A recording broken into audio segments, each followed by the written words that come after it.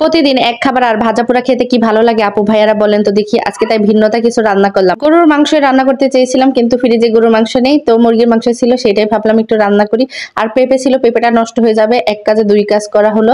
পেঁপে দিয়ে ভাবলাম যে মুরগির মাংস রান্না করি। হ্যালো এভরিওয়ান, আসসালামু আলাইকুম। আশা করি সবাই ভালো আছেন। আলহামদুলিল্লাহ আমিও অনেক ভালো আছি। তো ফ্রিজের এক কোনায় দেখি যে মুরগির মাংস আছে, গরুর মাংস নেই। কিনা বলতে মুরগিটাই ছিল, তো ভাবলাম যে মুরগি রান্না করি। আর পেঁপেটা ছিল, পেঁপেটা নষ্ট হয়ে যাচ্ছিল, ভাবলাম যে পেঁপে দিয়ে রান্না করি, বাবু সবজি খাওয়া হয়ে যাবে। আর পেঁপে দিয়ে মুরগির মাংস কিন্তু অসাধারণ লাগে, আমি প্রায় প্রায় রান্না করি, আপনারা একবার ট্রাই করে দেখবেন। পেঁপে দিয়ে মুরগির মাংস হোক গরুর মাংস হোক আমার কাছে ভালো লাগে, তাই ভাবলাম যে আজকে পেঁপে যেহেতু আছে রান্না করি। সত্যি কথা তরকারিটা অনেক মজা হয়েছিল।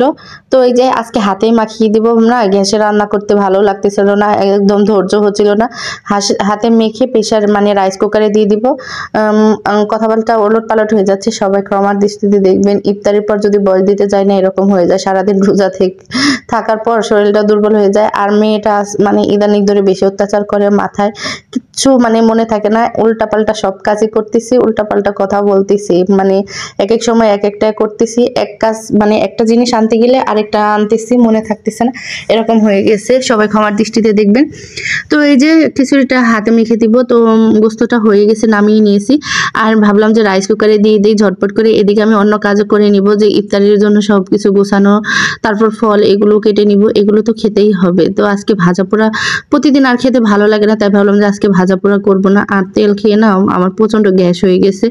আপনাদের ভাইয়ার সমস্যা হয় না, কিন্তু আমার কেন জানি সমস্যা হচ্ছে। আগে কিন্তু আমারই সমস্যা হতো না, আমি খেতাম প্রচুর, এখন ইদানিং আমারই সমস্যা হচ্ছে, আপনাদের ভাইয়ার সমস্যা হচ্ছে না। তো আর কি করার, মানে ওষুধ তো খেতেই আসি। তো আজকে ভাবলাম যে না, আমার নিজেরও কিরকম মনে হচ্ছিল যে একটু খিচুড়ি রান্না করি, মানে ঢেঁসা নরম খিচুড়ি, ঢেঁসা খিচুড়ি যাই বলেন।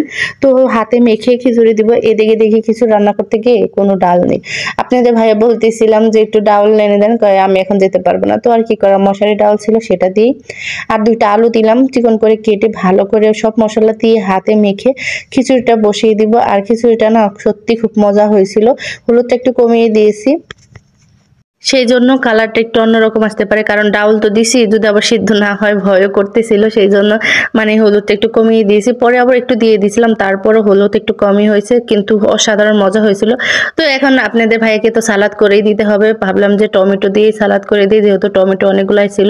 তো এই যে দুইটা টমেটো দিয়ে আর কাঁচামরিচ দিয়ে এই সালাদটা না খুব মজা লাগে, আমার কাছে খুব ভালো লাগে, একবার ট্রাই করে দেখবেন।